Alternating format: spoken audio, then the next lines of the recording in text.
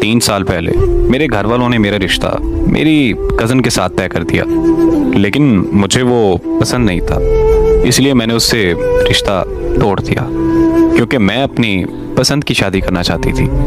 انہی دنوں مجھے سوشل میڈیا پہ ایک لڑکے کے مجھے روز میسج آیا کرتے تھے، پتہ نہیں کیوں، لیکن میں نے اسے رپلائی کر دیا۔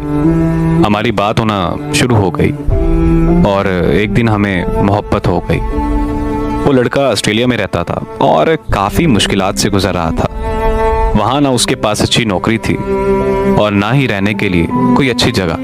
میں اس کے لیے اللہ سے رو رو کر دعائیں کرتی تھی کہ اسے اچھی نوکری مل جائے، اور پھر ایک دن اللہ تعالیٰ نے میری سن لی۔ اس کو وہاں کی نیشنلٹی اور اچھی نوکری مل گئی۔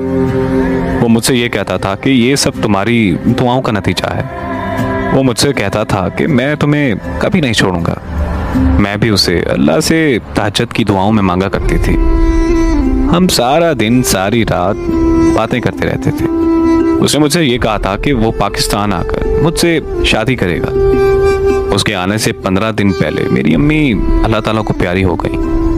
ان دنوں مجھ سے بات بھی نہیں ہوتی تھی، جس کی وجہ سے ہمارا رابطہ بہت کم ہوتا تھا۔ اس کے پاکستان آنے کے 20 دن بعد میں کچھ بہتر ہو گئی۔ ہم نے ایک دوسرے سے ملنے کا پلان بنایا۔ اس نے مجھے ایک کمرے میں بلایا اور میں ملنے چلی گئی۔ وہاں میرے نہ چاہتے ہوئے بھی ہمارے درمیان سب کچھ ہو گیا۔ اس دن کے بعد اس نے مجھ سے رابطہ کرنا ہی چھوڑ دیا۔ میں اتنے میسج کرتی، اتنی کالز کرتی، پر اس کا ایک جواب بھی نہیں آتا تھا۔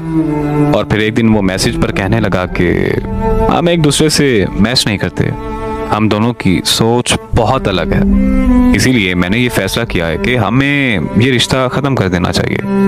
اور پھر اس نے مجھے سوری کہتے ہوئے بلاک کر دیا۔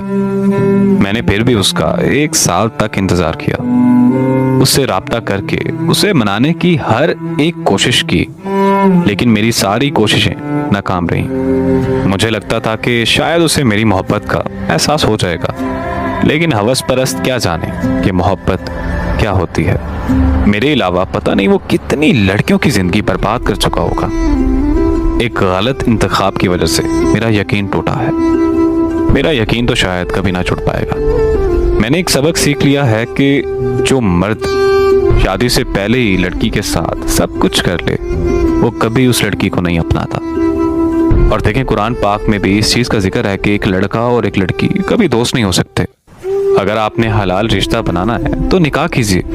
اللہ پاک ہم سب کو اس دنیا میں نیک عمل کرنے کی توفیق عطا فرمائے۔ اگر آپ کو میری سٹوریز اچھی لگتی ہیں تو پلیز میری حوصلہ افزائی کے لیے ایک لائک ضرور کر دیا کریں۔